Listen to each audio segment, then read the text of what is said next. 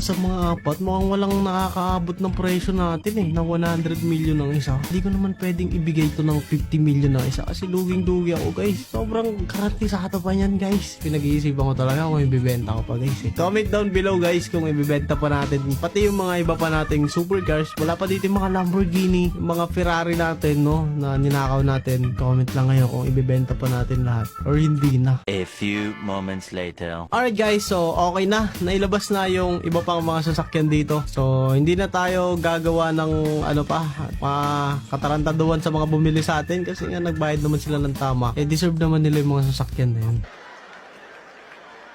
Kailangan ko kasi talaga ng pera. Hirap kumita ng kwarta. Ayan na. So meron tayong 320 million dito sa Intracon City. At meron pa tayong natitirang 4 na sports car na Fast and Furious cars ng mga to guys. Yung mga nanakaw natin. So maghihintay pa tayo ng buyer. So hintayin na lang natin may tumawag sa atin dito guys.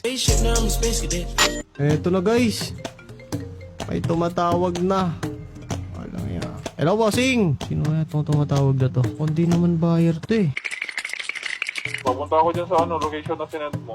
Boss, meron pa akong dito, 4 na sports car, meron pa akong GTR, Mazda RX-7, tsaka 2 Toyota Supra. Ito na lang natira eh. I-check po, pupunta ako dyan. Okay, sige boss, hintayin ko kayo sa may, sa may gate. Sige bossing, ingat.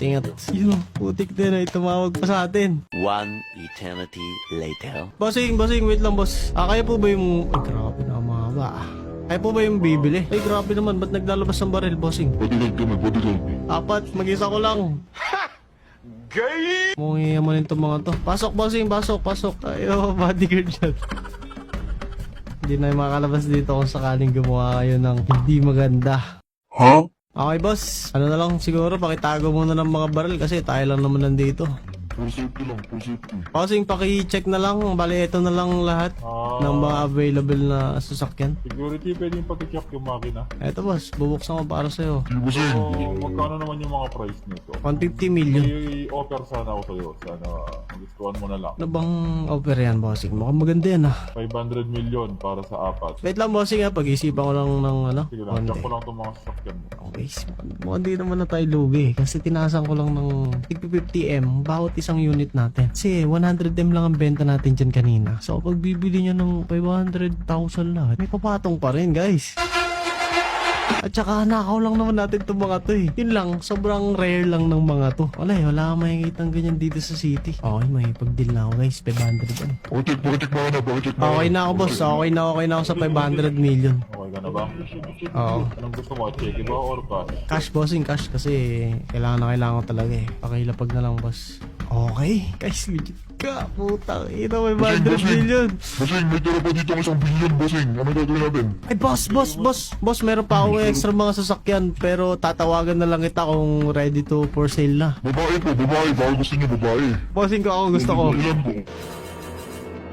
Sakyan nyo na lahat yun, boss. Nandyan lahat ng susi tsaka papeles. Grabe itong sasakyan nila, guys. Putik yan. Mukhang malakas pa yung arangkada na ito. So tara, iatid natin sila sa labas. Okay, so sold out na lahat ng mga Fast and Furious cars natin. So mamaya, titignan natin yung total na pagbentahan natin. Kung pwede na ba nating mabili yung Billionaire Gang Mansion. Kasi nga, kailangan na rin natin ng mansion dito, guys.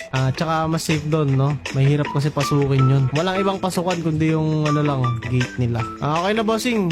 Balikan nyo na lang yung sasakyan nyo mamaya. Sige. Salamat ah. Okay, boss. Ingat.